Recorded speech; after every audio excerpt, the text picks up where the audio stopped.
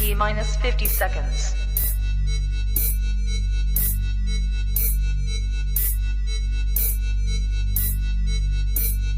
T minus 40 seconds.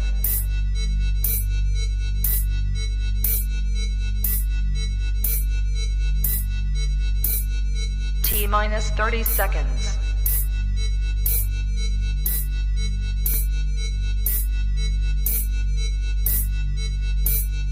T minus 20 seconds. Did you see it? Did you see it?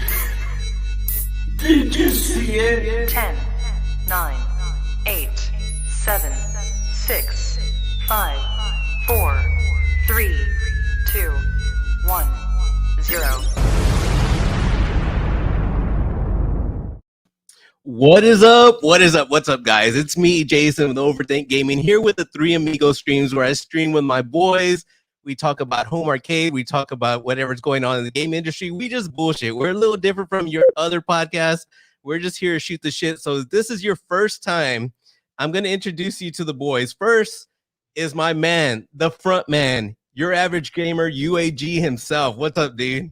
What up? What up? What up? It's been a while, man. It feels like it's been forever. Yeah, dude. Like we're trying to do this every 2 weeks, but it does feel like forever. But I definitely love this. I know I got some mods in the chat. I see a lot of more, I guess, engagement in the chat. Go ahead, and if you guys feel like you got to remove a comment, don't even question it, man. But I like seeing all these people in here. We're having a good little turnout so far.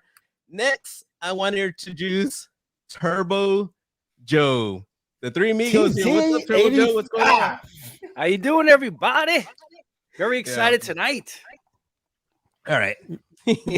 So I just gotta throw it out there, man. I feel kind of bad, but you know, every other YouTuber clickbaits. I thought I would too. Did you guys really think RGT, that was him, was gonna come to the stream? Did you guys really think that shit? Trolling the rats, baby. Trolling the rats.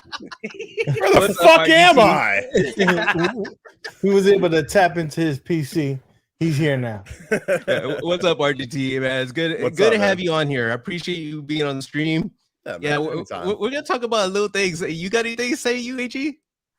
No, man. I'm just glad that the Knicks didn't play tonight. It's not a back-to-back, so we could have my man come through. Because if it was the Knicks or us, it would have been the Knicks. So it probably would have been. I'll be skipping Spawncast to watch Nick games and shit. Like, I know. He's like, I'll be there. I'm a little late, but I'll be there. Yeah, and Turbo Joe over here. So I just want to bring it up real quick because I was planning to bring this shit up. Turbo Joe over here is like a hardcore Miko fan, man. And on this channel, you know, me, UAG talk about the Miko all the time. You know, we're skeptical, I guess to say. And we were just wondering because I know like early on when Tommy came out and he was like, he basically tricked the people. It's coming out 2020.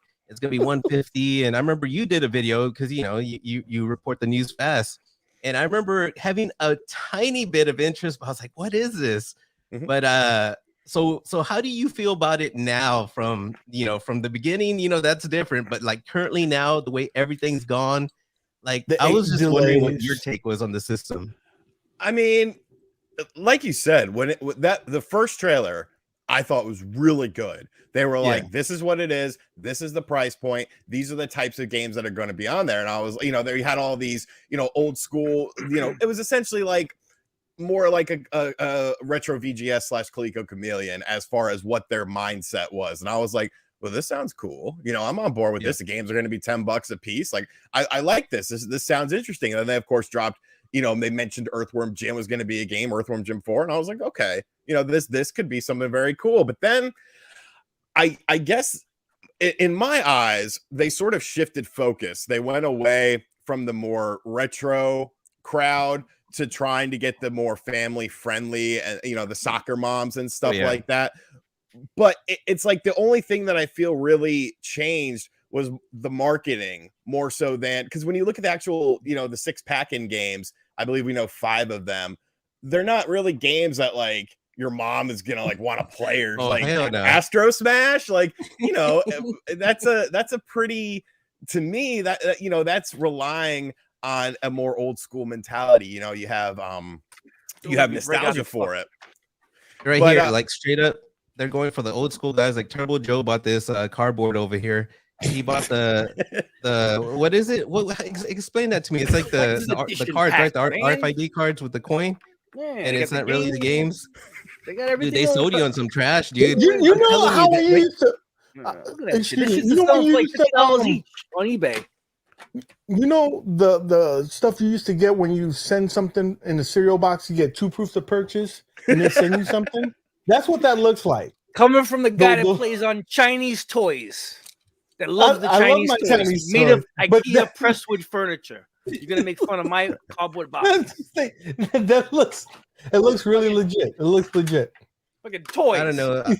Arcade1Up Like I was toys. looking forward for the Amico. Like Toys. at one time I actually pre-ordered it, but I think it's when they kept switching that date over and over, and then I started like being a little more skeptical. But this is just me personally. You know, the type of videos I was making at that time. It's just like I just never saw an explanation from Tommy Tallarico for like his mess ups, and it's just that's kind of what made me turn the different direction. But I don't know, man. You know, some of the games look like they could be okay, more like the retro games for us old school people, but it's definitely not something that I'm interested in. There's only one game that looks good, and that's Moon Patrol.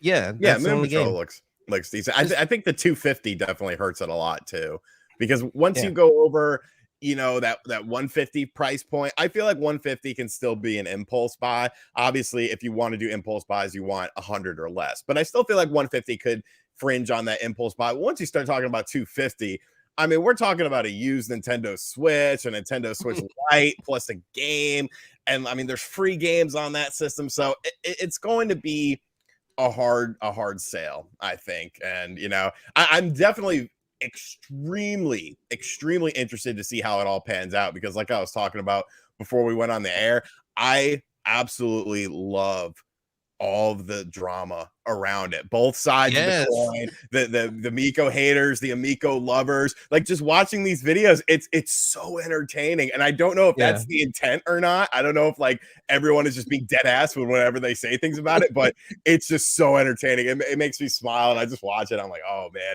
well, who's gonna say something about this today? It's so much fun to watch. Yeah, it's like every time something's released, dude, I look forward. I go to like Pat and Ian, and then I'll check out some of the Pro Amico channels, and it really is a show, especially the Pro Amico channels. I get a lot of entertainment out of, because I don't know if they're being serious with the passion sometimes, and if they are, it's pretty funny. But that controller is what kind of does it with me. And I know Turbo Joe right here, he got happy that Tommy Tallarico gave him that disc, the little disc that you turn, and Joe thinks it was like the best thing ever. And I'm telling him, Tommy is not your friend, Joe. That's a fraction of a cent piece of plastic, but he thinks it's something like this thing is gold, patented, man.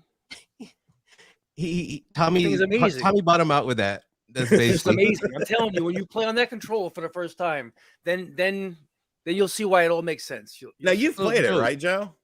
Yeah, when I went to Tommy came into Pennsylvania, so it's only about an hour and a half from me, Easton, Pennsylvania. So I took my brother, and we made that video, and yeah, we spent the day there. I played on it. It was a lot of fun. I mean, the controller, that thing is incredible, because like I was playing some shooters, and with the controller, you're able to just roll your thumb around. It's just like almost like a trackball, but it's just hard to explain. It really is one of a kind. I mean, I'm not trying to sell the fucking thing. It's just that, like, you'll see. He's a smart. You can't sell something that's never going to come out. So was it good though? Does the D-pad feel good? That's the main thing I want to know. I'm sorry. I want to know about that D-pad. Does it feel natural? It feels incredible, especially when you have the controller in your hand, because now there's so many different combinations you can play a game on, because you have. I don't have my Intellivision controller, but chill it out, dude. Chill it out. The touchscreen and this rotating disc plus the flipper buttons. I mean, there's so many different ways to play the games. I don't know. You know, I don't know. I wish I could be you have to impressed try it by out. it. You know? And what I like is there's a little bit of something for everyone. You know, you have all those board games from Hasbro. You know, they're gonna friggin' be a lot of fun with the women. They're gonna want to play that shit with the controller. You know, throwing the dice and all that shit. Yeah. And then you have like shooters for the dads. You have platformers for the kids. I mean, there's a little bit of something for dude. You got the MLB license. You're a salesman already, dude. Tommy's not even here, dude. Get the television polo going. That check is coming. check it out. I have kids, right? I have a 5-year-old and a 3-year-old, and they carry their iPads around all fucking day, swiping with these stupid games. So, I'm gonna. Their interest only holds so long with the retro games. Even the PlayStation 4, their interest only holds so long. They're always swiping on the damn Fire Kindles, whatever the hell they got, the iPads. So I think they're really gonna like this controller when they see how it interacts. They're gonna love cornhole, Joe. I'll tell you, this shit is not fun with cornhole. This shit's not for us. We're this little underground nobodies. No one, no one cares about us. Yeah. Tommy's gonna sell this shit to the women with the soccer moms, like the friggin' caravans that go to Walmart. Do you see that thing there? The little shiny that's foot gonna be sold pads, online like cell only. phones, Dude. $5 games, and the chicks are gonna impulse buy those things. And then I'm sure GameStop is gonna open up an area for Amico. Yes. Smash. I don't know, man. Get this Nintendo Switch bullshit out of here. We got the Amico now. Telling you, Smash Shake. Smash Shake invested in that. He's not a stupid guy. Smash Shake JT invested in that, and he's not stupid. We'll continue this. I gotta get this super chat out of the way right here. Console fanboy, sorry I wasn't ignoring you, but $5 for RGT, huge fan, and it's not because Miss Click. All right, so if you guys don't know who Console fanboy, he's a really popular dude in the arcade community, really good guy, good friend of mine. I mean, awesome. Check out his channel. He's real funny, but he loves Miss Click. I know he said on Michael B's stream, he wants to shoot a shot. Just go for it. What are you waiting for? Like RGT said, didn't you say like you're not, too close to personal lives or whatever with them? Just take your shot, right? Right. Got a 50-50 chance. Shit. but anyways, Joe, you with the. I don't see the soccer moms buying it. I don't see it selling out. I think it's such a niche thing. It's like GameStop is not going to. You just said it. The video game industry is so friggin' robust. It's humongous, right? Yeah. If Tommy carves out a little, friggin' million over the next couple of years, that's a success. He can, I'm telling you, man. High. I think if everything goes according to plan and they get everything that they want to do out of it, I think 100,000 would be considered I would be very impressed if they moved 100,000, because I almost feel like, and I know someone's probably gonna get mad that I say this, I almost feel like it's like get those founders editions out and then just drag your feet and see how the founders edition stuff goes. See if they can, because like I don't know. It's very strange to me to release essentially like those games that you have. It's very strange to me to release a game before you release a system. Yes. Like that's don't you think that was to grab some money? Can I explain a little bit? Yes. Can I explain a little bit of what happened? Yes. If we don't, of course. The situation around us called COVID really fucked him up. He was making a lot of fucking guarantees and promises, and then COVID struck, and he's like, oh, fuck, man, I'm not going to be able to do this for 10, 20, And then one thing after another happened, and everyone made him, started making fun of him and started calling him a liar. And then what is he supposed to do? And I think some of the initial funds ran out. I mean, because everything had to be prolonged. You're believing he's got to pay his staff. But Joe, right? I can understand COVID hitting and everything like that and causing delays. But if you said that this product was essentially done and everything, right? Why are you selling these games for a unit that's not out yet unless you are bleeding money? You need money to get these things out. This was supposed to be out a couple of years ago. So, yeah, he's bleeding money. He still has a staff that he's got to pay with no income. So all he can do, I mean, he's riding the money from investors. I mean, and this thing has to come out. He knows this. What really killed him was those friggin' touchscreen capacitors that everybody needs from the cars, the cell phones. And he's got to wait in line, and he's on the back at the bottom of the line. He's got to fucking wait. Sony, everybody gets their shit before Tommy does. So are they gonna? Is this unit gonna come out this year? In Taiwan, there's one little company in Taiwan that makes them for the whole world. China has a lockdown on. Like there's like a there's one place that makes them, and he pretty much had to fucking wait it out. So will it come out this year? I think Joey said it wasn't come out last year. He said it'll come out before 2022. Right now, I just got informed. Right now it's going through the last phases of quality checks, and then it's going to go into the full assembly line production phase. I already got an email of what my the collector's edition, the founder's edition looks like, the final print, It looks fucking nice, man. Yeah, Whatever. I think we're done talking about the Amico. Fuck the Amico. We all agree. Whatever. And let's change it over to each some his own. arcade shit. I like Because the everything. Amico, like, dude, I'm a gamer. Joe, I'm not. You're not selling it to me, man. Tommy could probably sell it to me because me and It's Tommy not are for probably you, though. friends. You're a single guy, you know. You You're know, a single guy. Tommy, It's not for you. It might be I'm for proud Nick. of Nick's myself, gonna buy 'cause- it. Nick is gonna shill it, and we both know it. All right, Joe thinks I'm gonna buy it. If I buy the Amico, you know what? You guys can clown me forever, man. Hey, Well, I I bought mean, the maybe you Atari just VCS. wanted Oh, you're buying to it buy too. it You to said- check it out. Yeah, I may You get told it. me you were not gonna buy the arcade, and I said you were gonna buy the arcade. And what? Tell me what happened, Jay. Tell me what Oh, happened. I did not want to buy the He got you. arcade. He got you. Did you get it on the holiday sale? Yeah. Oh, wait, kind of. It Okay. went on sale first for 400, and I jumped on it too fast, and it went Well, like down. And 500. I tried to get a match. They wouldn't match. They're like, nah, we have no damn. control. It's shipped out. But it went like on sale that same day. But even though they told me they would match it, they didn't, or something. They would cancel it. They didn't. Oh well, yes, I have one, and I love it. It's pretty good. I did say that, Joe. I will give that to you. And I did buy an Atari VCS, which that's the reason why I have so much hate, because I was a sucker. And He said, "I'm not RGT gonna made fall videos for it early again." on, Smash GT, everyone. And I saw those videos, and I was like, but I still want one. And it literally is, At least dude, you it's still what I have use in it, my though. Arcade1Up right now, my Yeah, modded one. You use it. I use it for a PC, though. That's it. It really was a ripoff, man. How much I paid for it? And then I wasn't a founder or whatever. I paid somebody afterward because I had to have it, dude. I'm fucking stupid, dude. You I do playing not Killer recommend that. Instinct. You were playing Killer Instinct on your Mortal Kombat Legacy. Yeah, that was pretty cool. And you sent me the screen video. Yeah. Well, it's because I use the PC part. But let's speaking of the arcade shit, let's bring up iArcade. So at CES 2022, I was expecting games from iArcade. I was expecting He something. was expecting heat, because there was no heat. There was no heat over there. No. It was a frozen dinner that they served up. Banquets, fried chicken. It was not a good look. RGT, hear me out. Do you think that they may have misled their fan base with telling them, "Oh, we're not gonna be coming out with another version, and then here's another version"? Like it feels like it was a fire sale to get rid of their inventory, And so it they can was. come out with this new product. And now it just feels it feels wrong. That's one thing. And then second, all you did was really changed up the thing. More likely, I think what they did really, the real reason for the real redesign was to move the hardware from being inside the control panel to being behind the monitor. So if they do come out with swappable decks or a steering wheel, that they're future proof. But they don't want to tell us that because they don't want you to feel some type of way that you got the old piece of shit that won't do it. Right.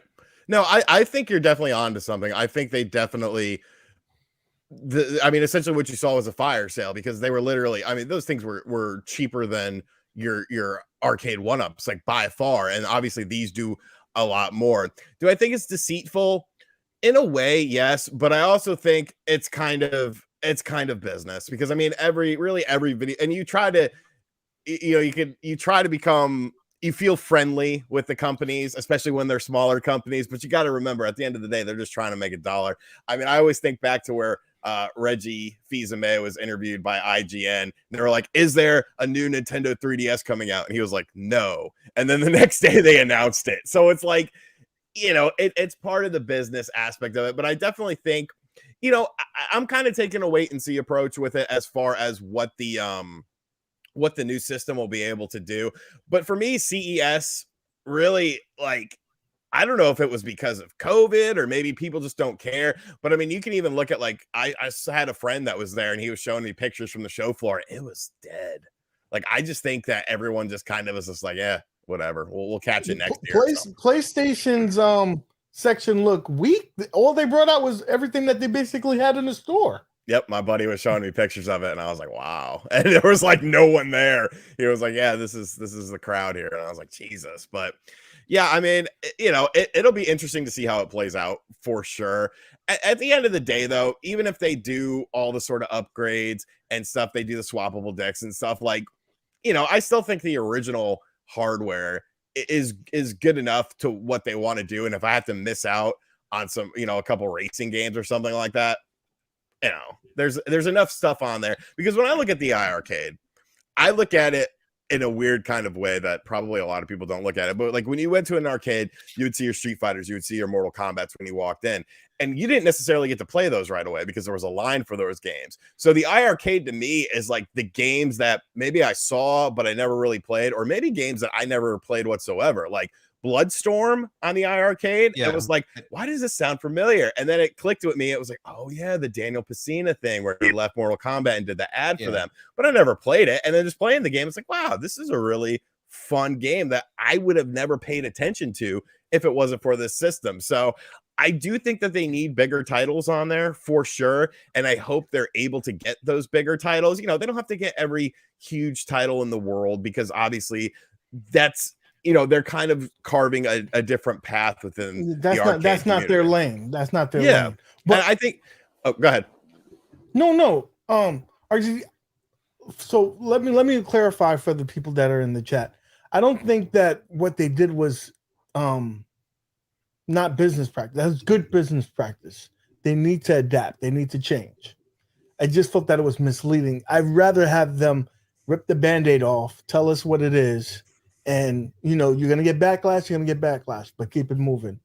And the more intelligent consumer would understand. So I hear it at that point. And I also take your point where they have a certain lane that they're trying to get into. They're more focused on like some of the lesser known games and maybe more of the indie scene. And I think that's where they could really shine, getting some of those independent games where, they don't have a platform to really be on unless it's like the Nintendo Switch or whatnot. But there's certain games that are just meant to play on an arcade, like the Retromania. They already got over 200 games, and once the online play comes, all those sports games and fighting games they already have on there, they're not big name titles, but they're still a lot of fun, and I think it's going to bring a lot of people back on there. Well, and the thing of it is I feel like because of the fact that they could do the more modern stuff, like, and I know they get asked that all the time because I've personally asked them, but I'm like, yo, if you could get Streets of Rage 4 and Teenage Mutant Ninja Turtles Shredder's Revenge on this thing, those would be home runs. Nobody's going to ask you for anything else. They're going to be happy. They're going to sit there and they're going to play those games because you will not be able to get those games on any other competition. So I, like you were saying with the indie stuff, I think that's a very interesting lane that they have with this because it's obviously, it's a bit beefier than some of these other systems like the Arcade1Ups are. So that's a lane that they need to completely, and the fact that you could download more games onto it and stuff like that, that's something they really need to expand on. And I know a lot of people want the older stuff, but like at some point you have to differentiate yourself, and that's a great way to do it. And those games, you don't care if they're on 0.1 or 0.2. They'll run on both of them. So those are home runs. They really that's what I thought the whole CES should have been. Focus more on the software side of things. I can't see why they don't partner up with Sega. I mean, Sega sells everybody everything. So why can't they said they have close relationships with Sega. And there's Space Harrier and Rastan are on there. I mean, like some Dreamcast game. I know what you're saying. I would really raise some eyebrows. I'm saying if you want to sell more. But if you see the Sega, the Dreamcast, they kind of hold that to the vest. Sega haven't licensed any of the Dreamcast games out in like forever. So I don't know if they're planning on coming out with a mini console or doing something for themselves that they just don't want to let those titles out. But some of that, like the Streets of Rage 4, that Shredder's Revenge, the Mayhem Brawlers, those are the titles that can really, set them apart. So, I really think that, they have to lean into that. Yeah, I was impressed with the modern games they had. Like, dude, even I would never play that Beach Buggy, but playing it on the iArcade was actually kind of fun. But you were gonna say something, UAG? No, what I was gonna say is that. So I see that you like the iArcade. How come you never got into AtGames? Is it because of their bad, Yes. shit that they had in the past? I mean, because their shit in the past was terrible. But have Yes. you ever played any of their Legend, like the home arcade stuff? So here's an exclusive here. Exclusive. I will have actually a video for the pinball machine, the At Legends pinball, because they hit me up. They're like, dude, you don't like our old products, we know, but can you at least try out this? We'll send it to you. You can check it out. And I was like, okay, I'll check it out. And I will say the pinball, I haven't checked out the Legends. They wanted to send me a Legends our cabinet as well, but it's like I just really don't have the room for it right now. So I'm kind of like, but like the pinball, that's freaking cool. That's really good because I'm very casual with pinball. I don't know anything about it. Like you could have the Marvel and the Star Wars and the Arcade1Up. You get a couple different tables. Like that's cool. But like I don't do pinball like that. So I like a variety of tables, and the fact that it has a variety of tables, and they added like the Taito tables and stuff like that. Like the Space Invaders pinball is like so much fun. I'm actually working on a video talking about it, but I was definitely skeptical about how it was going to be. And yes, I saw people that were talking about the pinball. I saw people that were talking about the Legends. They're like, no, it's actually good now. They've learned their lesson. And I'm like, I don't know. But no, I think they definitely have learned their lesson. And that just goes to show you that people need to speak up about things that they don't like. If they don't like what a company is doing and they think that the products are crap, like speaking up about it, obviously there's the respect issues and stuff. You don't want to like send them death threats or something, but speaking up about it and just voicing your concerns, I think AtGames is proof that, companies can change. And I hope that it's been very fruitful for them with these changes. Definitely. I was skeptical, especially going with the flashback, the Genesis flashbacks. That was straight garbage and trash. But ever since they've come out with the Legends line, I was pretty astonished with what they've done. They kind of fall back some ways in terms of like they have the Legends core gamepad. That's straight garbage. That felt like it was made out of Dollar Tree plastic. But the other products they have, so I just want them to focus on that. But I'm glad to see that you got the Legends pinball, and I would love to see your thoughts on it because I want to see where you think that how far they've come. Yeah, I've actually had it. Oh, go ahead. No, you go ahead. I was just gonna make a quick comment that I've heard nothing but good things about the Legends pinball and the tournaments and all that. And here, I'll baby. just make that quick comment. I love it. But from a person who doesn't have any of their products, it's going to be really cool to see what you think of it. Because you don't have anything to really compare it to. So I've had it for like a month now, actually, a little bit longer, and just been playing it. Like I had a bunch of family over because we were doing like a birthday party for my grandma and grandpa, surprise party, and plus everyone wanted to see like what I had done in the arcade room since I moved in. So my cousin like brought all her kids over and stuff, and like they were all just smashing on it, banging on it. Like it's very good build quality. Like I was actually very impressed with when I got it in. I was like, oh, this son of a bitch is heavy, but like it's very easy to set up. As far as I will say, one of the drawbacks of it is I think the menu navigation is a bit clunky. I wish they could sort of tighten that up a little bit. It can kind of be confusing until you sort of understand like this is how you like adding tables and stuff. I wish that was a bit more streamlined. But as far as what it actually gives you for the price point, the amount of tables you get, I think it's super fun. RGT, there's an elephant in the room and I have to address it. Go. Okay.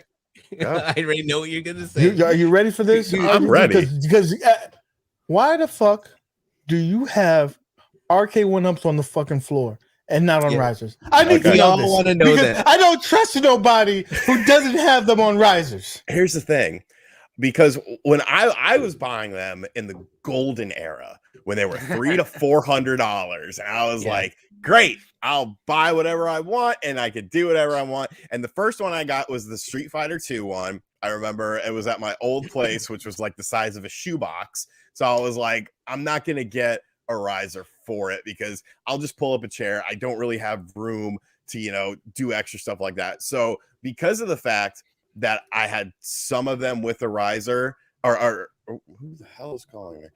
Because of the fact that I had ones without the riser, I just kind of went with the fact that I was like, okay, I'm just not going to do risers. And then I think the first one that I bought that actually came with a riser was the NBA Jam one.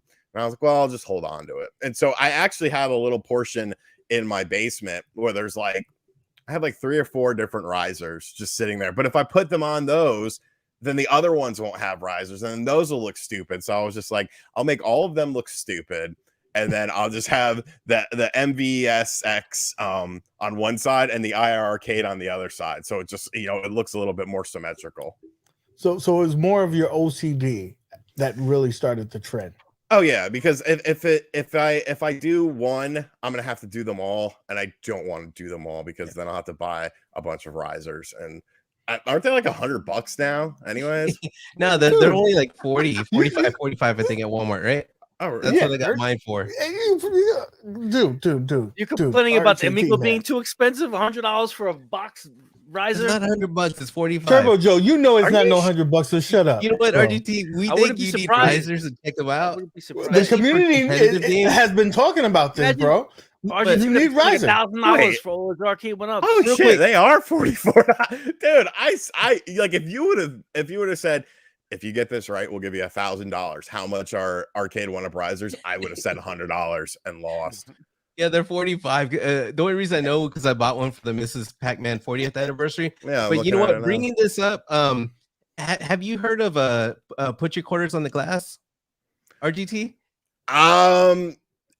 Yes, it sounds familiar. Isn't it a community? Is there some sort of like competition community? yeah, Then, with the what's one-ups. his face? Rev.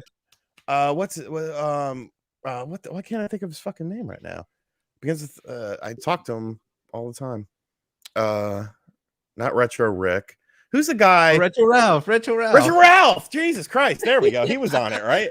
Yeah. Yeah. He was on there. Yeah. So Rev, he's in the chat. He did a super chat. It was all Spanish stuff. I had brought it up, but appreciate it. I didn't know if you knew he did those competitions because I didn't know if I heard it correctly in your video because you did a video recently, which I wanted to talk about some of those things here in a bit about you know, the stuff that was showed from Arcade1Up. But I don't know if you said something like it's not like they hold tournaments on this, but you didn't say those exact words. I forgot how you worded it, and it could have went either way. I didn't know if you knew about the tournaments. So that's why I wanted to just throw.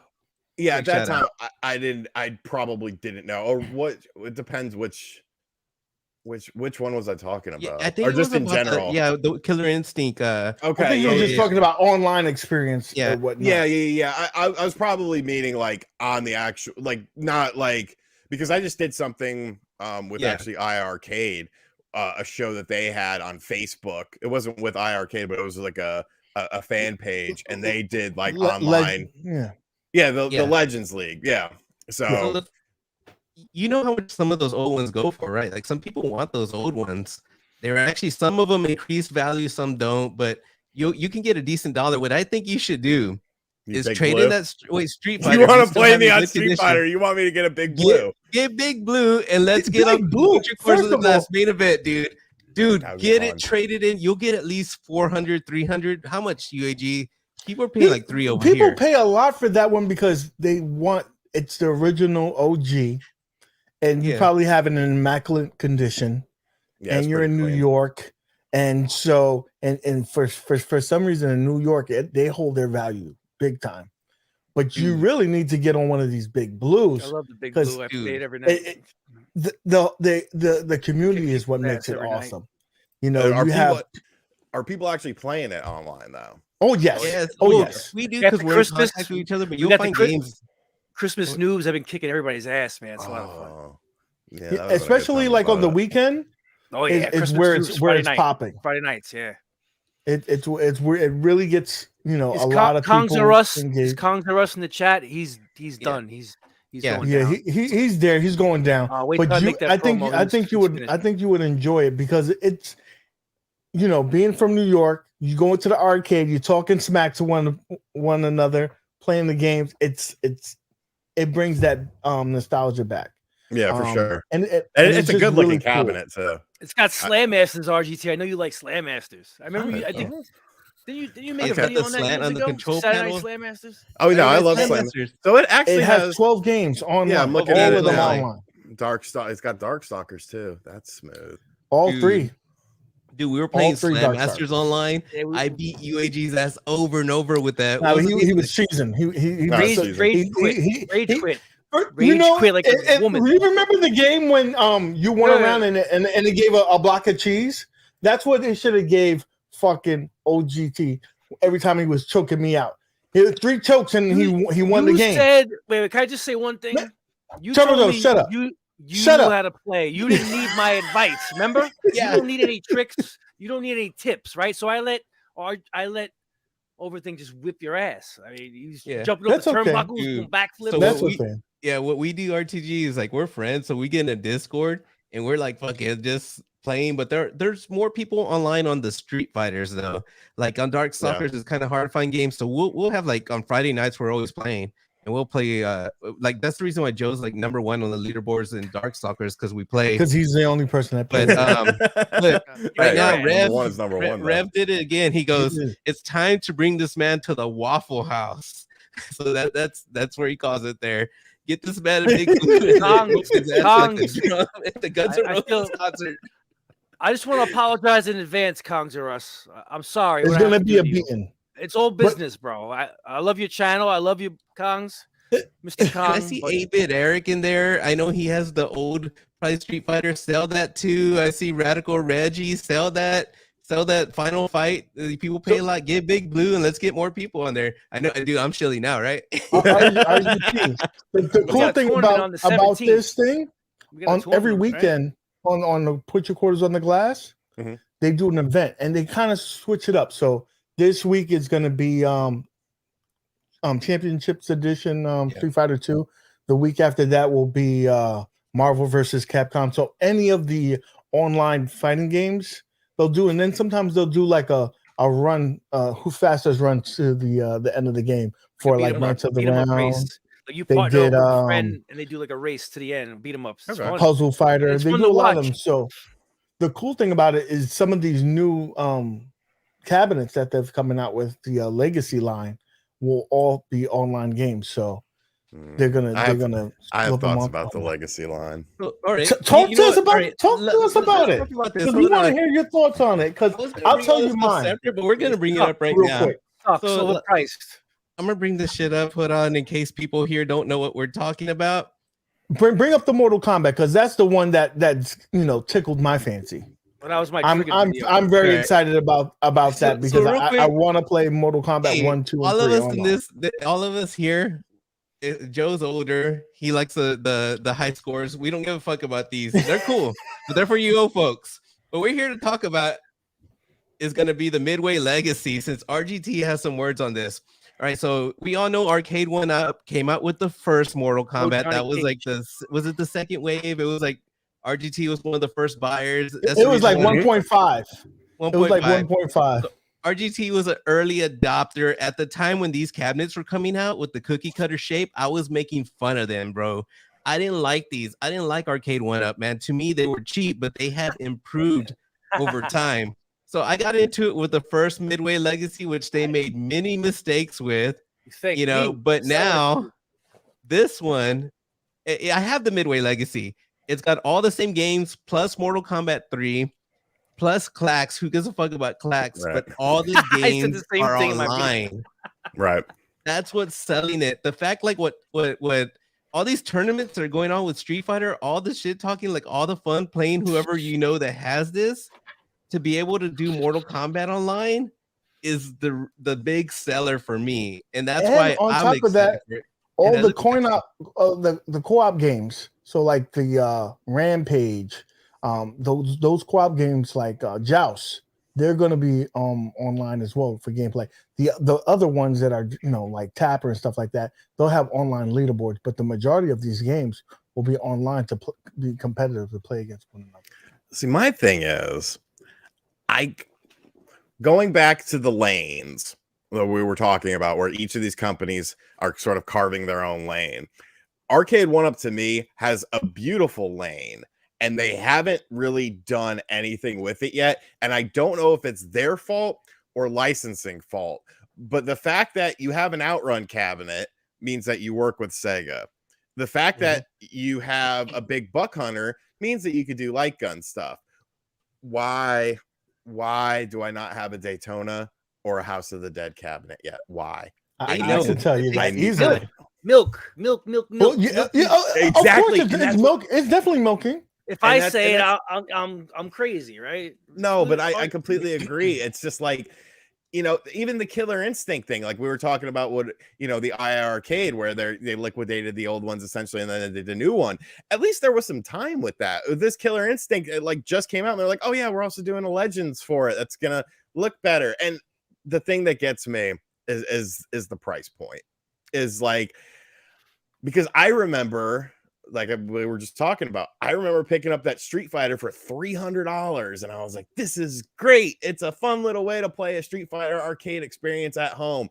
And now we're talking about $1,000. Like, but I don't know. I feel like I feel like there's a place for it for the premium systems, and it's actually something that I had like sort of thought about and talked about if they had like an a la carte version and then a legacy version. Like if you strip away the stuff like a riser, a stool, a light up marquee, but it's the same game and you know it's half the price or something. I feel that's an area they need to explore. But like releasing the Killer Instinct at $700 to turn around and do a legacy for $1,000, it's like it's starting to get up there in price. And I don't know. RGT, your haters will say. Give me 1 second, bro. Your haters will say that they do have that version. Like right now, if you went to get the Midway Legacy cabinet, they have one without the riser, without a light up marquee for $315. You can get the package deal for $450. So they are doing that on those legacy lines. But if you want those more prestige titles like the X-Men, they're only going to give you the bundle because they got you, you know, by your balls. You want that cabinet, you're going to pay for it. You want the Simpsons, you're going to pay for it. So they're going to do that. But the legacy lines, they've done that. And when you got it, you got 3 games. They give you more value. Now you got 14 games. And now you got a light up marquee. And now you have Wi-Fi. And we're not paying monthly or yearly for that service.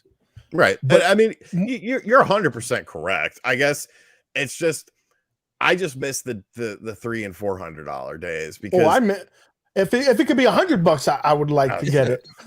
Yeah. But what I would say to you this in terms of what you're saying about the titles, they do have the keys to the gates to those titles. And I think they do need to speed up that process because we've had Street Fighter like rehash like for 3 years. Right. We should at least be to alpha by now. Right. 3, gonna be 4 times. Pac-Man a bunch of times. Pac-Man like 6, 7. And that kind of goes. Pac-Man sells because they're gonna give you a variety of Pac-Man because I mean there's but so much Pac-Man you can do. You know, you'll get to the DX. The cabinets are getting better over time as far as like starting to look like the real ones because of them cutting the shapes. That's what gets me. But the one thing about this Pro line, I got some things that bother me because I ordered the Killer Instinct, right? And they haven't shipped out yet. So no one has them. You got the opportunity to cancel if you want to cancel. But that I heard that wasn't done on purpose. That you know, whatever with the containers shipping. If it would have been here, it would have been in everybody's home already. And then they would have been bitching about seeing Pro line. Like, oh shit. This Pro at least the fuck up works in your favor because now you can cancel your shit if you want the big. The thing that makes me think if all these because dude, we've been bitching about the prices, they've been going up, and I really feel like they went up a lot. $700 for this fucking Killer Instinct, right? The regular one, not this one. This one's gonna be $1,000, and only like $300 more. You get all the features that we've been asking for. You can keep that $300 because I'm not getting it. I'm okay with the peon. And see, I'll take the peon version. But that's kind of the thing because as much as I just said, you know, I don't want to pay $1,000. You give me Daytona USA. Here's my wallet. Take whatever you want. I don't care. Like, I think it does boil down to the game itself, the marquee title, and if that game resonates and hits with you. And if it does, I mean, you'll probably, and if they have something like the $700 one or the $1,000 that's one, why you'll want the Terminator $1,000 2 one is if going you're to a huge sell. fan. Yeah, that's why Terminator 2 is going to sell, even though it has one game and is that amount of money. There's going to be suckers who love that game, that game, or love that franchise that's going to get that. Like, I know for a fact today, if Arcade1Up says, "Here's a pro line of NFL Blitz," I'm going to get it, and I'm just, I just gotta, pick up a second job. For me. They want to freaking grow their company rapidly. There's investors involved. You know what the thing is? Yeah, those games that we want are going to come out eventually. And I think it's, as much as we want a title, man, there's so many good ones. At least for me, I can't get so many of them. But if they did come out with a Daytona, a new driver, dude, the driver that they came out with, like Ridge Racer, Joe was like probably the only person that pre-ordered that. We joke around with that. It's like, I think it's gonna be a while, man. I don't know, dude, if they're gonna put it out so soon. In House of Dead, they're gonna wait on that, I think. Well, you gotta figure they gotta have we're assuming that what they showcased is for the first half of the year, and they'll probably talk about something at E3. We're gonna get something.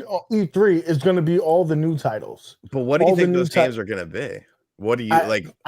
If I was a betting man, we'll get a racing car game. We'll get a light gun game. Another racer. Another racer. I think that, and maybe one fighter and and a new fighter. And if that's the fighting, is it going to be Alpha Series? Is it going to be Third Strike? Because it's not going to be Mortal Kombat 4. What if they go trash? What if they did a Sega fighting cabinet with like Virtual Fighter? I would love Virtual Fighter. I think it would be Virtual Fighter would be awesome. I got to ask you this. I got to get this question out of the way. RGT, I don't want to change the subject here, but Virtual Fighter or Tekken? Just pick one. Virtual Fighter. All right, cool. Hell yeah, dude. All right, I just wanted to make sure. Thank you. Guys, because there's a clown. There's a clown on this panel, and you know who it is. Who thinks that freaking Tekken is actually the third best franchise in the history of fighting games. Nobody plays Virtual Fighter. If Arcade1Up put out a Tekken, it would sell out. You talk, Joe. Let us know about Tekken. What do you guys say? What about Tekken? Is like one of the largest selling fighting game franchises. Tournament fighters. But is that because they released so many of them? Or is that's exactly what we said. There's more Mortal Kombat games. Can I say a fucking word? There's more Mortal Kombat sequels. There's only 6 Tekken sequels. There's 10 times more Mortal Kombat. Oh, there was a lot of offshoot games. You had your tag tournaments. Yeah, Tekken tag tournament. Tekken tag, Dark Resurrection, and then you have 5, 6, 7, Tekken Street Fighter, Tekken 7. 3, Tekken 3DS. Tekken 3DS. They count their sales. Yeah, where is it? I got it somewhere. It's just like Mortal Kombat and Street Fighter. They make a port for every console. Same thing. I mean, Tekken's cool, like I say, Joe, but I just had to make fun of you because you said Arcade on top of Virtual Fighter or something ridiculous shit. It's better than Virtual Fighter. You got someone agreeing with you, even though he's crazy. Akuma Rev says Street Fighter, MK, then Tekken. So yeah, see, any guy that fights and plays fighting games will agree with me. You know what I'm saying? You guys are casual fighters.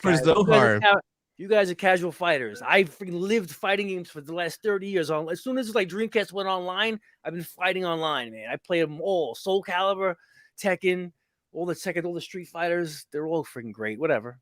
You're also the same person that said Soul Calibur is the #1 fighting game of all time. It's my favorite fighting game of all time. Yes. Yeah, because you're crazy. I guess so. I don't know. So, RGT, what's your top 3 fighting games? Franchises or actual games? Franchises. Okay. Street Fighter is definitely #1. Just because I feel like it's timeless. I would say, and this is just for me personally, I like Virtual Fighter. I would put Virtual Fighter at 2 and Mortal Kombat at 3, just because I feel like Mortal Kombat had a lot of misses. Yes, they've had more titles released, but like as a franchise, the things like the Special Forces game, and like they had a lot of weird decisions. And when you play an early Street Fighter or you play an early Virtual Fighter, like there's still that competitive aspect. Yes, there's some cheese mechanics you could do, but like with Mortal Kombat, it's like strictly cheese mechanics. And you know, I just feel like the reason Mortal Kombat was super popular, it was obviously because at least when it first came out, wasn't necessarily because it was a great fighting game. It was because of the fact that you had these digitized characters, you had these fatalities, shit that nobody had ever seen before. So I completely respect it and I love it for what it was. But as far as the quality of the fighting games, at least in the first, few iterations of it, I think a Street Fighter game or a Virtua Fighter game plays better than a Mortal Kombat from that older era. Yeah. That's interesting. Agreed. Dude, I agree. So I say I put Mortal Kombat behind Tekken as well. That's because you're high.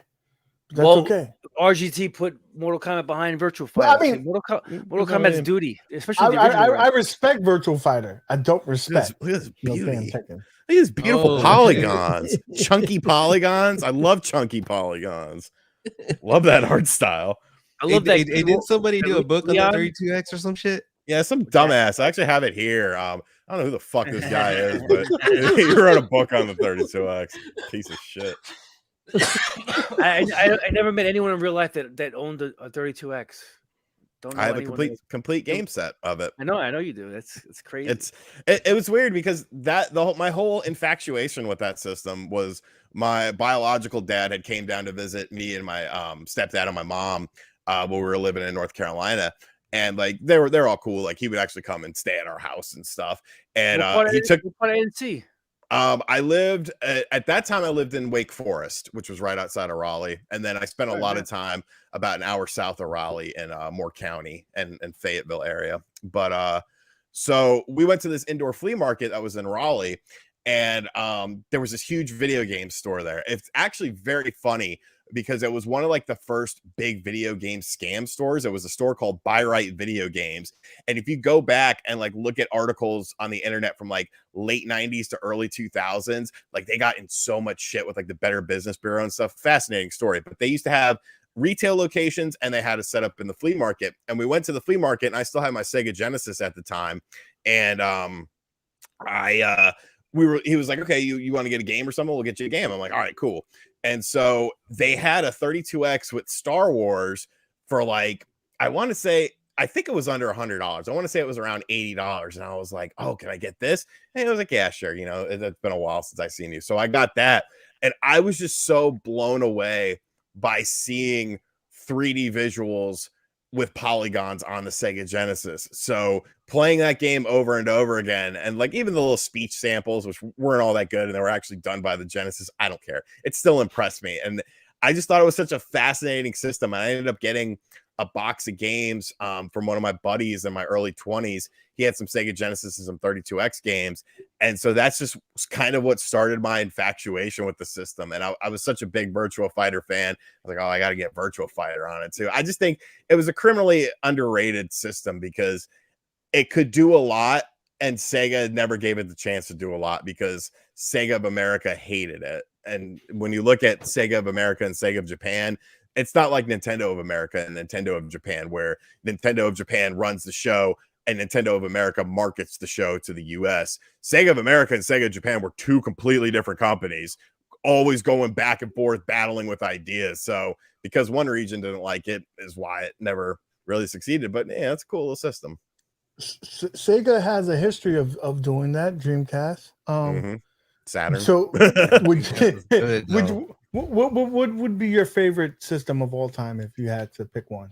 Yeah. Oh, that's tough. I would say. I know you're gonna pick. Oh man, I mean it's because I kind of define systems by the era in my life and like when I have the fondest memories of playing those games. I would probably say N64 just because of the nostalgia factor. Now, what I like playing nowadays, I don't really play my N64 that much except for Revenge and No Mercy.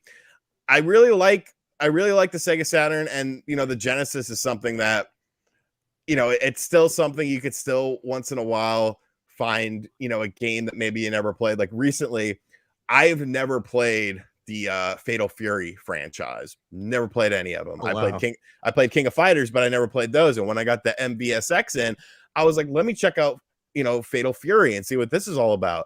And I watched Matt McMuscles did a video chronicling the Fatal Fury franchise. So I watched that video and kind of familiarized myself with it. And I've just fallen in love with that. So now I kind of want to get like Fatal Fury on the Sega Genesis and be like, well, how did it compare? How did it look compared to that? So it's choppy and slow. It's bad, dude. Yeah, it's bad. What is it? Samurai Showdown on the Genesis? Yes, Like, I had that as a kid because Yeah. Samurai Showdown was a game I Takara. played at the bowling alley because my parents were in a bowling league and there was like this kid and like so they would bring me to the bowling alley with them and they had like a couple arcade machines and one of them was a multi-cab Neo Geo that had Samurai Showdown on there and there was this weird kid who was like 18 and he'd always just chain smoke cigarettes and he would just always be playing it and so like he would teach me how to play it and we'd sit there and play it together just for like hours and hours. So I have a ton of nostalgia for Samurai dude, Showdown. that was my first Neo Geo game I ever played. I remember hearing the name Neo Geo. It was like a unicorn.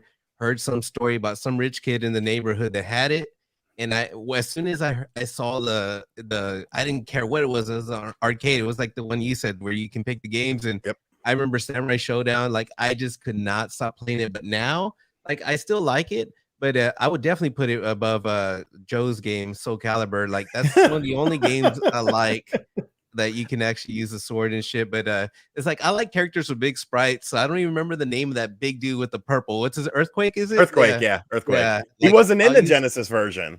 Yeah. Oh shit. No, they probably could put him in there.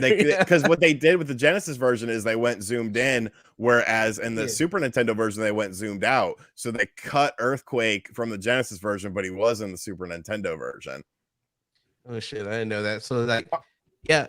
What were you say, UJ? RGT, I got a question for you. There was a guy in this chat that did a tier list of best fighting games ever. Okay. And not just franchises, like actual games. And he put, I want to say it was in either top 3 or top 5, but one of them was Teenage Mutant Ninja Turtle Tournament Fighter. Tournament Fighter. Oh yeah, Tournament for Fighters. Super NES. Then, okay. So I think it's a good game, but there's no way in hell that it should be on that list. Do you, do you call me crazy? I think it ages better than some old 16-bit fighters. I mean, it's also a game that wasn't an arcade game. So I think if you look at, you might could make a case because at first I thought no. When you first said that, I thought definitely no. But I think if you look at it from a console exclusive, if it was a console game, yeah, arcade fighter, maybe there's a bunch of this because really at the end of the day, a lot of these old games, it comes down to your nostalgia. It comes down to what you play. Because I'm sure there's someone in the chat that they grew up playing Fatal Fury. How dare you never played Fatal Fury? It's like, dude, I never got around to it. I wasn't familiar with it. So maybe if there's a lot of nostalgia put into it, like I think it's a decent fighting game. It's better than something like Justice League was. Isn't it like a blatant ripoff of Street Fighter though? The first rival. Yeah, the very first rival that came out the door to but they tried doing different stuff, right? That's the game with the different levels and stuff. Yeah, like you could change planes. Yeah, I think all those Neo Geo games were biting off the Street Fighter then, but Neo Geo put out so many good games and like I really didn't get a favorite one till like I liked them all when I was young, whenever I played, but it was more Samurai Showdown. But my favorite. And I remember when I saw King of Fighters. What the hell are you talking about? Because we were talking about He's talking about Teenage Mutant Ninja Turtles. Oh shit! All right, Turtles. You better stop smoking that, man. Smoking. I think it's a little too much. You're just talking about Neo Geo games. Yeah, I'm stuck on that, dude. Sorry, man. I was like holding on. I was thinking about it like, no, this ain't right. This ain't right. Fuck you, dude. All right. But anyways, dude, that turtle game, my opinion, nah, dude, I didn't like it, man. I went to it recently. Okay, I'm gonna say I did like it. I did like it. It was probably one of the better games on the Super Nintendo, between Killer Instinct, the black cartridge. It was a good game on the system, but I just can't put it up there as a top 10 of all time. Street Fighter 2 Turbo was the best fighting game on Super Nintendo. Street Fighter 2 Turbo, my opinion. I agree. They tried to cram too much in Super Street Fighter, but I like Turbo was perfect. I think. Yes. I don't know. Well, see, I didn't have a Super Nintendo, so I ended up getting The Nintendo guy didn't have the Super Nintendo? No, I was a Sega kid. growing Genesis up. guy, yeah. Oh, RGT. wow. I was a Super Genesis guy, so I got I remember all those edition. Genesis friggin' top 10 videos used to make back in the day. Those were the best. I used to binge watch those motherfuckers, man. Yeah, I loved the Genesis because I got an NES first from my uncle because he got a Sega Genesis. So one Christmas he gave me his old NES and all of his games. But I remember going to his house and watching him play Sonic the Hedgehog 1, and I was like, Jesus Christ, I need one of these, and I will kill someone for this. So I ended up getting a Genesis Model 2 with Sonic the Hedgehog 2, and that was my introduction. And it was weird because I had a cousin who had like everything because his mom was like a single mom and she was just like churning out kids like a factory. And so like they had one time I asked my mom a question, like when I was a little bit older, you know, and I was like in high school, I was like, I got a question. So like, you know, we were like decent, we were struggling, but we were okay. But like Nick, like he only had his mom. So like how are they getting money? And she just looked at me and she went, government cheese. And I was like, oh, that's because I mean, dude, he had a Genesis, he had a Super Nintendo, he had an NES, he always had the newest games, he always had the newest toys, he had like a huge Michael Jackson like collection and stuff. He would have like these parties for his birthday that were just like amazing spectacles. I never understood it, but so I would play a lot of Genesis. The only time I really played Super Nintendo growing up, and this is going to sound blasphemous, was over at a friend's house. I did not personally own a Super Nintendo until I was like 19 or 20. So like A Link to the Past, Super Metroid. I didn't play that shit until I was like a young adult. The Mario World was probably epic. You know, I was Mario World and Link to the Past were two of my most memorable Super Nintendo games, aside from Street Fighter 2. See, I played Mario World over at this kid Danny's house. Oh, so you got to experience that when you So I got to experience that. I had another friend with a Super Nintendo. For some reason, we played a lot of Doom on the Super Nintendo. I don't know why, because it's terrible. But yeah, we would rent games, Killer Instinct and stuff like that. So I played some of them. But as far as like actually sitting down and you're like, okay, I'm going to play Super Metroid, I'm going to play A Link to the Past. Like, I didn't do that until I was like 20. So it was definitely an experience, though. And that's when retro games were cheap as hell. I was 14 when Street Fighter 2 came out for the Super Nintendo. And I remember I got my first job at 14. I paid $70. That was the retail price for Street Fighter 2 back in like 90. Yeah, I remember 91. $70. Even the that was like a whole artwork for check. that. That was a whole paycheck. My minimum wage was like $4.25. That was a whole paycheck for me, man. That was back in the day. I paid that shit. Yeah. Dude, I remember being a kid and like working with my dad all summer, and I think I saved up whatever he paid me. And I remember, dude, buying that like Super Street Fighter for like $70. It's crazy that we're paying that much, but we hardly had any games back then. Like, dude, you get like one game every few months. That one game would last you, forever, man. At least when play that forward, backwards, and 2 times. Dude, a lot of renting was popular because of that. Renting. Oh yeah, dude. Rentals were. That was. You remember going to Blockbuster, walking down that aisle? What game I'm gonna get? Dude, I remember. I remember. This is such a terrible story. One of my very good friends was like messing with a lot of drugs and stuff, and we went to Blockbuster, and I was renting something, and I'm up at the front counter, and you just hear like this loud noise, and I was like, oh Christ, he's doing something, isn't he? So I turn around, and like he was a tall kid, he's like 6'3", and he just like ducks down and like hits the floor, and they're like, sir, are you okay? He's like, oh yeah, I'm fine, I just tripped, sorry for the noise. And I'm like, oh Jesus. So we leave the store, we get in the car, I'm like, you ganked something, didn't you? And he was like, dude, I don't know how I broke it. It was like crackhead strength. I was like, because you're pretty much a crackhead nowadays. I'm like, but what did you get? And he was like, oh, dude, I got Tales of Symphonia on the GameCube. And I was like, yes, let's go play it. And we went and played it over at his house, and it was so great. But yeah, dude, I lived right behind a Blockbuster, and I had a modded original Xbox that you would put the disc in, and it would burn it on the hard drive. You was going there every day because they had that thing where you could get unlimited rentals for like, I think it was $20 a month or something. I would go there multiple times a day and be like, yeah, I don't really like this game, I'm gonna get something else. And I'd be like, okay. They're like, weren't you just here a couple hours ago? I was like, yeah, not really feeling this game, I'm gonna get something else. They couldn't stand me there. He's like, oh, he's here again.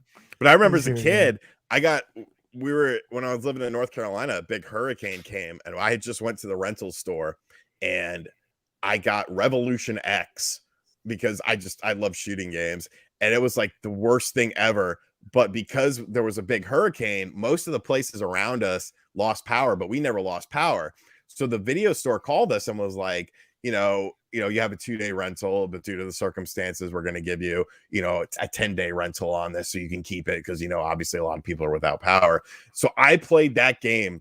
Like literally it was the only thing I played. And I don't know why, because I didn't even really like it, but I was like, this is what I have. This is what I'm going to play. This is the new game for me. I'm going to play this is what we had to endure when we was youngins. Yes. Did you ever rented any systems? I remember when I was in college and I rented a PlayStation 2 and I got Madden and I was like, this is epic. I rented I probably did more, but I specifically remember two things. I remember renting a Sega Saturn when I was 11, and X-Men Children of the Atom was the game because I had played that. I remember I got a tetanus shot because I stepped on a rusty nail on the porch. And so my mom felt bad, and she was like, yeah, we'll stop at the mall. You can go to the arcade and, play some games after I got my tetanus shot. And evidently you're not supposed to like jerk your arm around a lot, like when you're playing it. I was just playing that game like a madman. I didn't know what the fuck I was doing. I was just throwing like quarter circles and like full circles and just pounding the buttons. And when I got home, my arm was like swollen. And she was like, I don't think you were supposed to do that. I got to call the doctor. And it was a whole big thing. But I rented X-Men Children of the Atom and a Saturn. And then I rented a PlayStation 1 when I was 12 or 13 and the original Resident Evil because I was obsessed with it. And I didn't have a memory. They didn't give you a memory card when you rented it. So I got up to the yawn, the big snake fucker in Resident Evil 1, and I died. And they were like, oh, go fuck yourself. And I was like, oh no, it didn't save anything. What the fuck? I was so mad. But you could get they would let you rent systems. I remember they would take like a check, I'm pretty sure, as like the deposit. And then it would be like $15 or $20 for a couple days. It was a different time frame. Like people would never think of renting systems nowadays. Probably. That's so crazy. I just thought about that. Like, dude, you had a whole system and games, and they just like, you know what? We trust you. Come back, okay? Well, see, whenever we were rented, they would make my parents give them a check for like a couple $100, but it was just if something broke. So they would give them the check back, or they would rip the check up. I'm pretty sure they did that, and that's why I didn't get it all the time. I think they put a hold on my credit card or something of that nature. But I mean, still, this is when the system just came out, and it's hard, and it's a hard system to get. And I just wanted to see, am I gonna spend my money? Am I gonna get the something? PS2 was hard to get, dude. Oh, it was super hard. And I just walked in there. I was like, dude. I didn't get one for a while, man, like 2 years. That's why I bought the Dreamcast to wait it out. And I wound up loving the Dreamcast. Dude, I did the same thing. I bought my Dreamcast to wait out the PS2, and I'm happy I did because the Dreamcast is one of my favorite systems ever. The Dreamcast is my favorite system of all time. I remember the first time I saw it in action. I went to my boy's house in Georgia, and he was like, dude, I just got a Dreamcast. I was like, oh, that's cool. He's like, no, you haven't seen it yet, have you? I was like, nah, I don't really know anything about it. He put in NFL 2K on there, and I was like, yeah, that was the first game I played. What the fuck is this shit? And it was $20. Yeah, $20. Oh, dude, that single-handedly told Madden, like, dude, you better step your fucking game up, bro.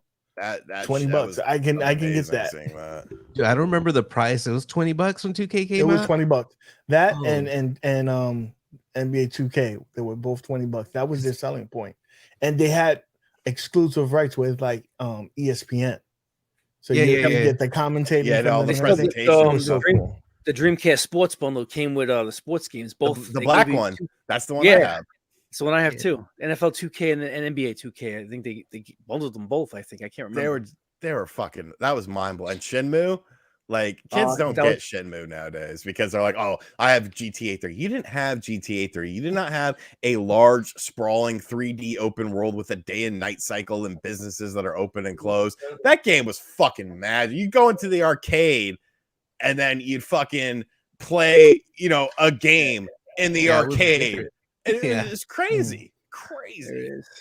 This was like the most games in there. Epic experience of all time. Man. Magical. I really feel like a lot of people you know, I can't really see anything today that would quite make you feel like. That's why I feel like I'm blessed, man, to be in the age of where we saw like literally the infancy of gaming to where it is now, because we saw everything for the first time. you don't have these jumps anymore, man. Like the PlayStation 4 to the PlayStation 5, it's nothing like a Super Nintendo to an N64. Like, it literally, the only thing that could happen is if you see like you really moving a real human.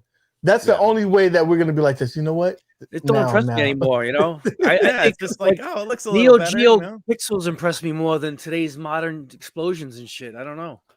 That's why I think Arcade1Up is doing so well these days, because you know, our age group. Now we're going backwards. We want to play these damn games that came out 30 years ago and play them online and stuff like that. It's pretty cool.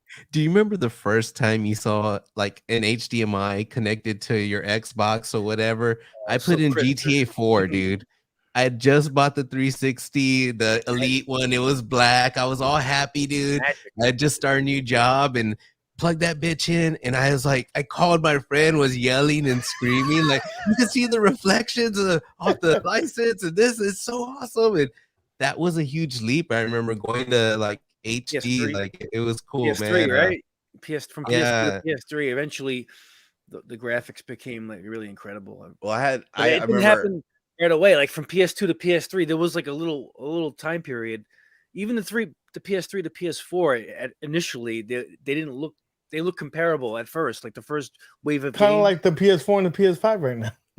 Yeah, well, I was working at a GameStop, and one of the ways that we would sell because the Xbox 360 was newer when that came out, and we would put NBA 2K on the Xbox on one TV and NBA 2K, like the same version, probably 2K, 5 maybe was around that time. Mathematically, that adds up. We'll say 2K5. We put it on the Xbox, we put it on the Xbox 360, and like putting those two games side by side, it was like one looked like a video game and one looked like you were watching a TV show. I remember I got Call of Duty 2 on my Xbox 360, and everyone was like, you got to get an HD TV and use component cables, because my parents had just moved away from North Carolina, and they had like one of those 50-inch big square projector TVs, and they were like, do you want it? Because we're not going to move it. And I was like, yes, I do. So that was all I had. So I remember I was working at the time. I went to Best Buy because it was in the same strip mall as the GameStop I worked at. And they were like, we have an open box 19-inch HD TV for $300. And I was like, sold. I'll just eat ramen the rest of the week. And I bought that. I bought the component cables, and we would play it on that little 19-inch TV that I just had like smushed up against the wall. And it was just so amazing because, using the AV cables on my big ass TV, I didn't think it would be that big of a deal as far as clarity is concerned, but it was fucking night and day. And that was another just mind-blowing experience.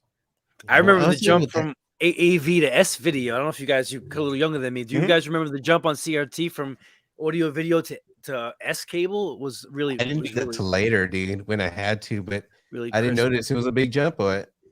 I thought so. My Sega Genesis was incredible. The difference, with the AV, you'd see like little TV lines, but with the S video, it was like really sharp. But the thing, like what he was saying with Call of Duty 2 is, dude, I remember the smoke and being amazed by that and calling my friends, like, dude, and I was just too excited with HD. It was an experience. I remember Modern Warfare. It had the smoke. It was pretty cool. Yeah, like the smoke bombs. I love the online in that game too. Modern Warfare. Modern Warfare. Dude, Modern Warfare. I had an unhealthy addiction to that game. I actually had gold guns on the 360, the PS3, and the Wii version. The Wii version, I had gold guns. I only had PS3. Wow, but that's incredible. Yeah, I had the Uzi, right? And the AK-47 was my most favorite achievement. It was so simple. Yeah, we didn't have to buy skins and shit like that. You earned a gold gun. That was like the huge thing. Yeah. 3 kills, he has a gold gun. You got your radar. 5 kills, you got your airstrike. 7 kills, you got your chopper. That's all there was to it. It was nice and simple. That's Modern Warfare 2 really turned it up. It's like, dude, it really bothers me that nothing's as simple anymore. That's why, like right now, when I'm playing Halo with my friends, they're keeping track of a lot of shit that's going on, and I'm like, I'm fine with my just basic skin. I don't even go looking at battle It's too pass and all much. that It's shit. too much. They just want It's you like to keep get it involved. plain, man. If I it's try my not, best. if it's not free, I'm not using it. But That's only it. us old school people were trained like that, dude. I have some people that are just a few years younger than me, and dude, it's like my buddy. I laugh at him. He laughs at it. He literally spends thousands of Call dollars of Duty. No on way. No skins. way. Oh, No dude, Oh yeah, I fucking see way. it. Oh yeah, I see it. Thousands. I see people buying and shit every season. They're spending all this money on. I stopped playing Call of Duty. I've been playing Vanguard recently with Mad can't Dad, throw up. and dude, these dudes got like custom guns and all that. I'm like, this nah, dude. I'll gonna buy earn it. whatever gun I'm getting, and that's the gun I got because I am not giving you a Yeah. goddamn dollar. I think the first time I ever paid for one was Gears of War 2 or 3. One of them, it was a pink Nasher, and I was like, dude, I gotta have that to troll, you know. And it's like gone up a lot. Now they're like $30, right? Like for a skin pack or some shit like I that. bought a gun last year because it was like a veterans. Like they were gonna donate some of the Oh money. yeah, those were like 10 or 20, right? You know what they like to do now? They give you the game for Yeah. free, but you got to buy everything. Yeah. Yeah, that's a common thing now. I mean, that's how I got That's Halo. like what Game that's what like Pass. Arcade1Up does. They overprice their units. So it's kind of like when you get a free cell phone game, right? Only the 3%, the top 5% gamers are gonna pay for the whole entire game, where everyone else plays for free. Well, what Arcade1Up is, they're gonna charge those initial guys, the whales, $1,000 initial price, and then after a year, the price goes down, and everybody else gets it. So it's kind of like similar marketing. Before scheme. we let Cell RGT phones. go, let's ask him a couple of questions on his way out. RGT, bro, What up? what's the chances of a new iteration of a more powerful Nintendo Pro? What do you think? If you was a betting man, If I'm a betting man, I feel like last year would have been the year that made sense. And I honestly feel like the Switch OLED was supposed to be a Switch Pro, but maybe they ran into chip issues or something. Maybe they realized it doesn't really matter because the system is selling still so well. But you have to do something when your first party titles like Hyrule Warriors, Age of Calamity have major frame rate issues. You're obviously straining the system way too much. You need something. With the Switch, a lot of people look at it as the home console side of things. I tend to look at it as a handheld as far as Nintendo's business mentality. And when you look at their business mentality with handhelds, it's always been very different than their consoles were, because the Game Boy had a million different. You had the Game Boy Pocket, the Game Boy Color, you had the Game Boy Light in Japan. Like, they would take those systems and they would add little incremental upgrades to them, which I think would work for the Switch. There's already been patents found that Nintendo's working on upscaling technology that's similar to NVIDIA's DLSS. They may even be working with NVIDIA on that.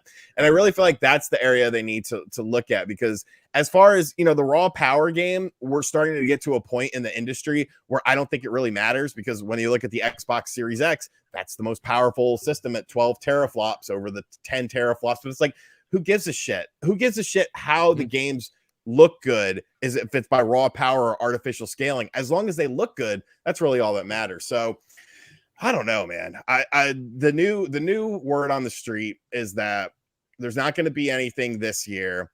There's not going to be a Switch Pro, and that in 2024 a successor is going to come along. That's the latest that some random analysts had said. I made a video talking about it. I don't. Yeah. It's just hard, because once again, going back to the betting man. If you would have said put $10,000, if the Switch Pro comes out, put $10,000 on it last year, I would have done it, like, no question, because I was just so goddamn sure of that from so many people telling me stuff. And then once you hear Bloomberg, get in on it, and then you're like, okay, he's a reputable source. Their business. It's got to be it. It's got to be it. But yeah, it's just, it is what it is. I don't know. I was one of those believers that it wasn't going to happen.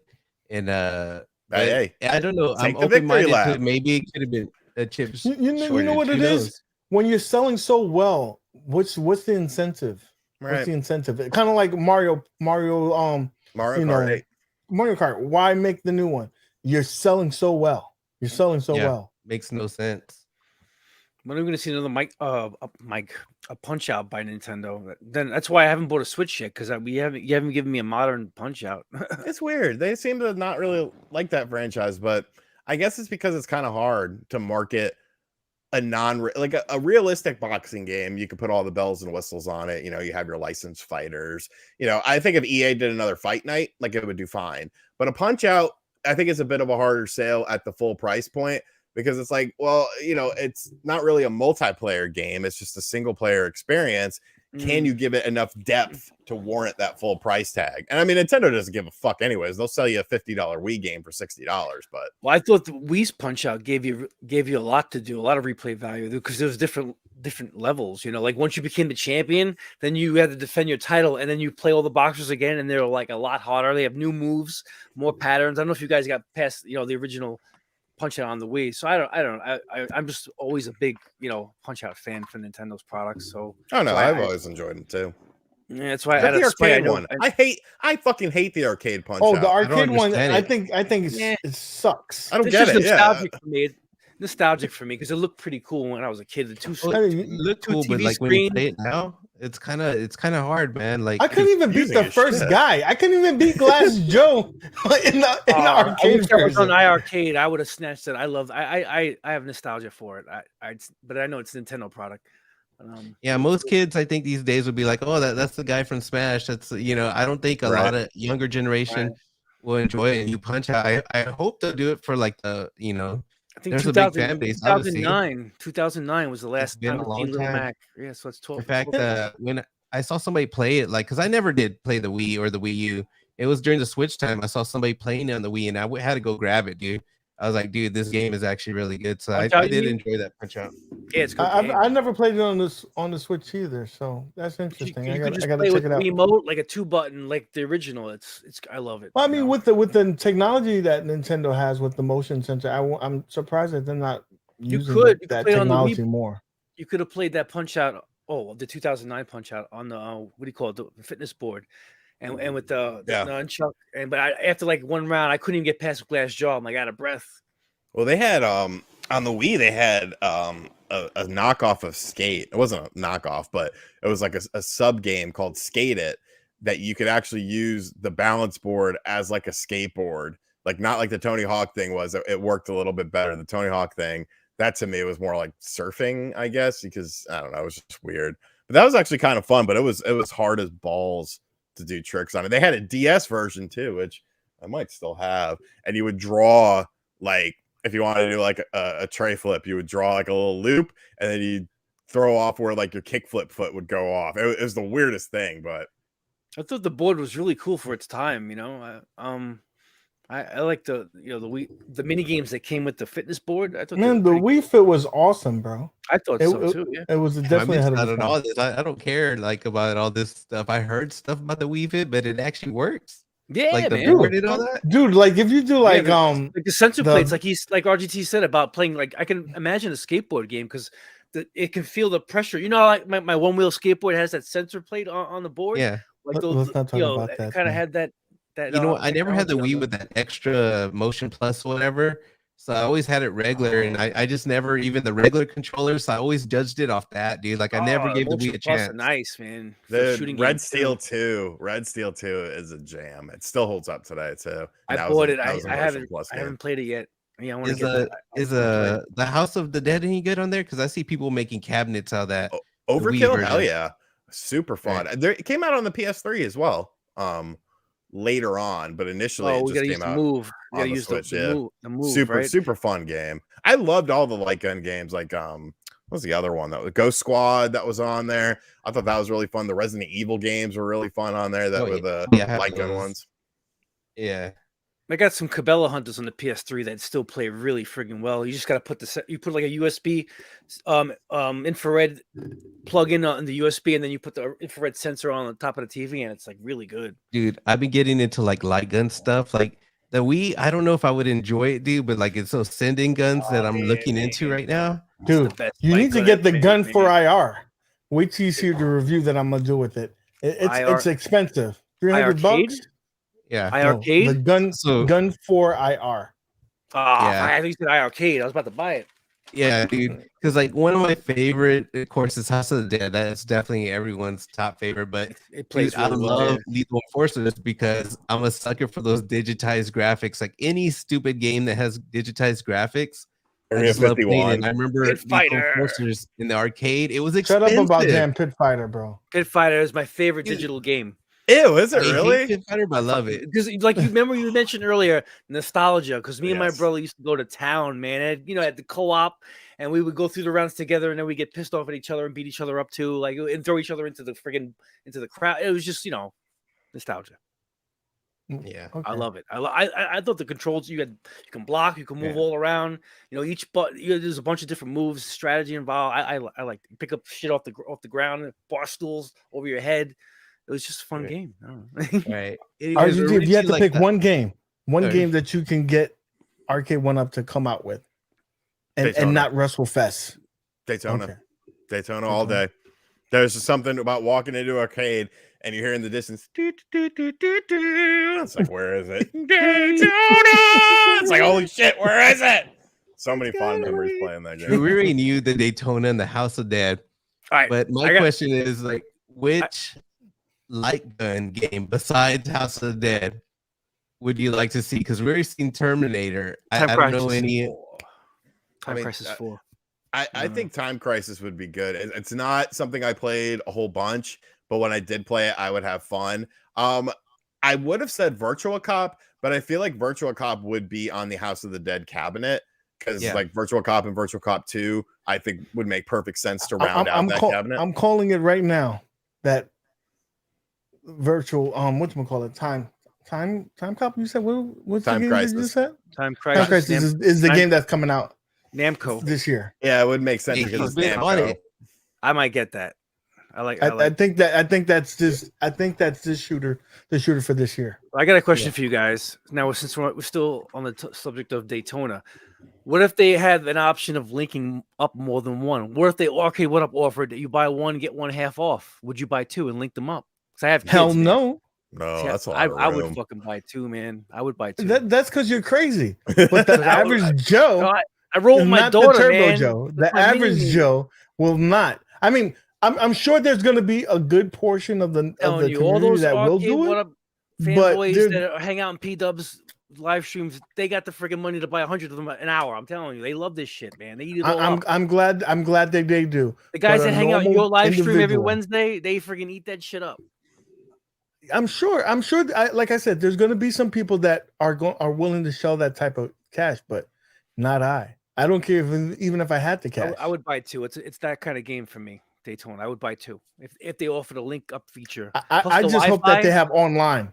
If they have online, I'm good. leaderboards. They're gonna give you leaderboards because I they'll don't want no offer a damn Daytona leaderboard. Pro the next year, and that's will be multiplayer. Dude, They have what's to with all the milk the hate, cow. Joe? What did Arcade1Up do to you?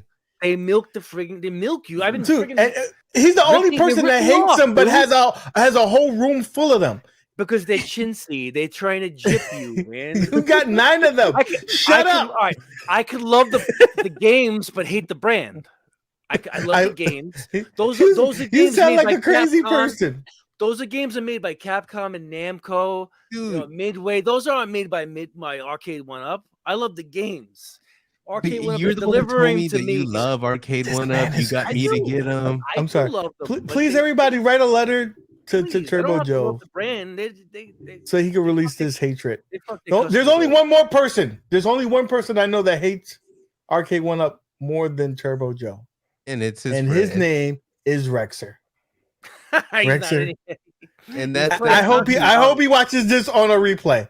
Rexer is the #1 hater for 1Up. And I that's love where you. Turbo Joe's getting this. Rexer's talking using Turbo Joe right now. Hello, Yeah, little cat. Daytona. If John D's watching this, I want 2 Daytona link ups so I can play with my daughter, man. Oh, it's Yeah, see- probably gonna happen. Kongs R That'd Us be in the cool. chat said that House of the Dead 1, Virtual Cop 1, and 2 all run on the Model 2 cab or the Model 2 arcade thing that Sega had made. So from a hardware perspective, like I think those are the 3 games. You'd put House of the Dead. I mean, I guess you could do Virtual Cop as the marquee, but to me, House of the Dead is like, you know, that eye catching That thing. artwork and everything is more, Right. iconic. Dark. And Virtua Cop was just kind of vanilla as far as how it looked. Great playing game, but Yeah. yeah.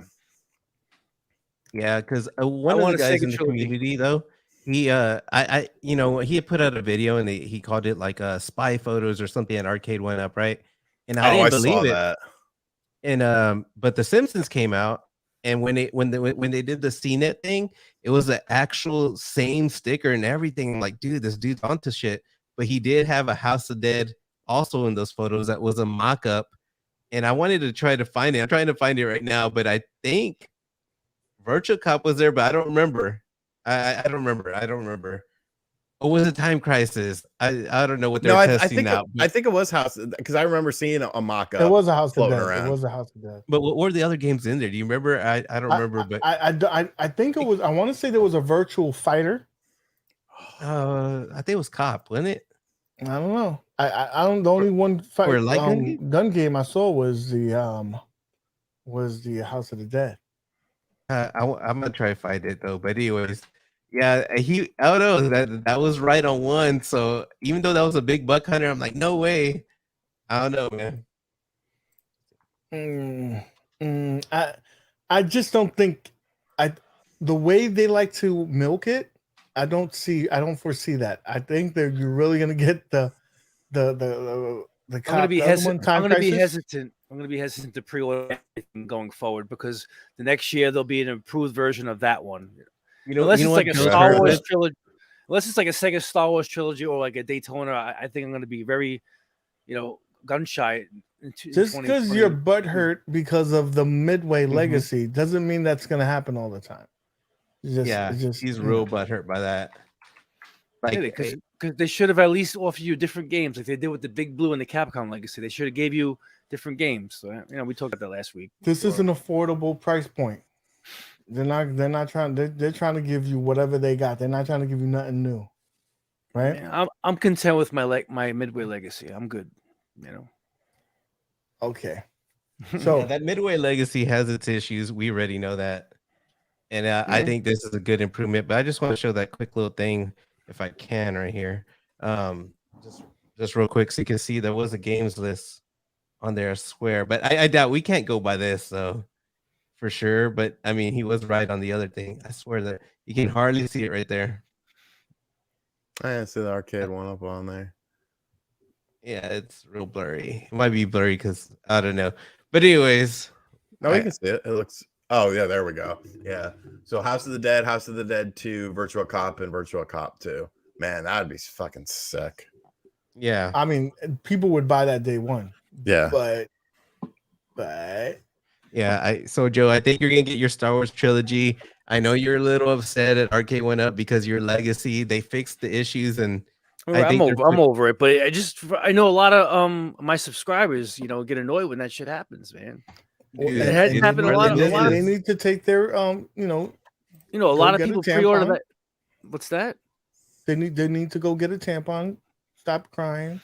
White, 5 months ago, the Mortal Kombat business comes out, right? Any business does upgrades all the time. Yeah, 5 months later, you totally upgrade and make your that was your fault for buying it, bro. Who told you to buy it? I shouldn't buy Arcade1Up. Exactly, I shouldn't buy it. It's garbage. You just said it yourself. Why? I said it's garbage. RGT has a question from Kongs R Us right here. I'm not sure if you answered it yet, but oh yeah, I saw it. The modded, yeah, I got the WrestleFest one, which was a Final Fight cabinet that we turned into a WrestleFest. Russ Lyman and Rex came over and helped me do that. By doing that, I mean they pretty much did everything, and I just fed them pizza and gave them sodas. Bring up John D's chat for my man RGT. I remember when RGT upgraded his Street Fighter with the LED lights. Back when you did it, I thought that was like one of the first. Yeah, it was so cool. I was like, wow, that's the real John D, bro. So I guess y'all can talk, whatever. Oh, sure. Or name a cab ad. That would be nice. What's that? Right here, John D was telling that's legit. RGT name a cab and he'll send it. Ridge Racer. Ridge Racer. You hear that, John D? Ridge Racer, bro. Ridge Racer. I take that. I made fun of Joe. But I want I want a racing game because I literally sat there in bed looking at my phone like, you know, that Outrun cab. I mean, I can make it work. I played Outrun at the laundromat once, and I was just like, I can't do it. Don't settle for Outrun. I'm wait a minute. I'm going to tell you this. Wait for Daytona. I was talking so much shit about Outrun, and I played one. Dude, the steering wheel felt legit, but I could only imagine that Ridge Race will be that much better because it is going to have the feedback. But it was good. It was fun. It was fun playing it. It was fun playing it. The feedback. As much as I make fun of Joe, Ridge Racer I played a lot on the PS1. I never played on the arcade. Was it a lot like it? I never played the arcade version of it. I have the PlayStation version of it, and I love it. So you're assuming that it's going to be that much better. So, John D, make this happen. Get my man a Ridge Racer so we can see a review. Chat saying that it was a fake. It's not a fake. That's the real John D. Yeah, trust John D. Okay. He hangs out with us. I'm sure. Yeah.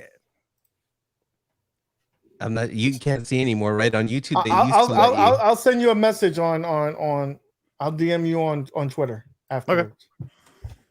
Okay. But cool. no. So let's finish it up because we've been with hour 30. My man got to go eat something. Right now, because you said something that was very insulting on Twitter. You insulted freaking Chick-fil-A. That's one, right? Mm-hmm. And secondly, you're gonna say KFC. So you're gonna tell me that a Popeyes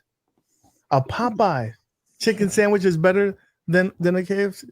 Is less than a KFC chicken sandwich? I was talking about Chick-fil-A, but that's fine. We'll leave them alone. I'll mess with the Popeyes. I think a KFC, like, once again, if you give me a KFC spicy chicken sandwich or a Popeyes chicken sandwich, most of the time I'm gonna go for the KFC. I just had one. I had one yesterday. It was fucking amazing. For the secret fries too. When you lived down south, did you ever eat at a cookout? Oh yeah, dude. Fucking Cookout best burgers. Because best burgers in the world. They were open till like 3 a.m. So like when the bars would shut down at 2, you would go to Cookout and like both the drive-through lanes would be out into the highway. Like it was crazy. I miss it. I drooling in the mouth. My ex-wife lives down there. I'm in Charlotte. I'm in Charlotte, so there's got to be a cookout by you, right? Oh, there's tons of them. There's tons of them. Yeah, OTG, you got a cookout by you? No. Like when he said he has Whataburger. He has Whataburger. Yeah, it's all about Whataburger over here, man. Well, I'm so jealous. I want to taste it. Bojangles is in North Carolina. Yeah. And like Bojangles, I'll go to Popeyes all the time. It's Popeyes number one, and then the second choice is Popeyes, and then third is KFC. Popeyes is number one, dude. Like I don't even deal with the others, man. I tried, dude. I think I was like Jack in the Box, and they had like one that my friend was saying was so good. It was bad, dude. Like Jack in the Box is dog food, dude. Don't ever mention that. In-N-Out, dude. That is overrated, dude. We have them here finally. Oh, we've had them for a while. We got Five Guys burgers by us. They're pretty decent. I just love those. Cookout. Are good. Cookout's my all-time favorite when it comes to burgers. It's cheap too. Cookout's cheap. Yeah, but anyways, guys, I think it's all right. We already said I don't know how many times we try to close this out. It's at 1 hour and 37. Appreciate you, RGT, spending your time on this channel. I gotta say, it was pretty awesome. I know the guys, dude. We were excited. Like, it was badass hanging out. Like with these two guys, I love it when we just stream. We try to do this every 2 weeks, just kind of just bullshitting. But this was a special episode having Mr. RGT85 himself. Any last words, guys? Think you guys ready to ask you any last things you guys want to say? I appreciate you stopping by, man. Yeah, man. Anytime. It was fun. Yeah, it was a lot of fun. RGT85. You were an inspiration, years ago, and I still watch it, man. I just, I get every time you have something other than the Nintendo Switch stuff, I get excited for because I know how things go. Yeah, you have to adapt. Gotta make the money. I get it. But every now and then you throw some cookies for us old time subscribers. And I'm gonna do a lot of that on the secondary channel too, though, because I got a couple story videos on there about when I got my Sega Genesis. the most expensive retro game I have or I ever bought, which was Spider-Man Web of Fire, talking about stuff like that. So that's going to be, I'm going to try to do more of that on there. And then, bigger retro stuff I'll have on the main channel though, for sure. Awesome. Good to know. Good to know. All right, man. Well, I appreciate you guys tuning in. See you guys in 2 weeks. Later. Take See care. you, man.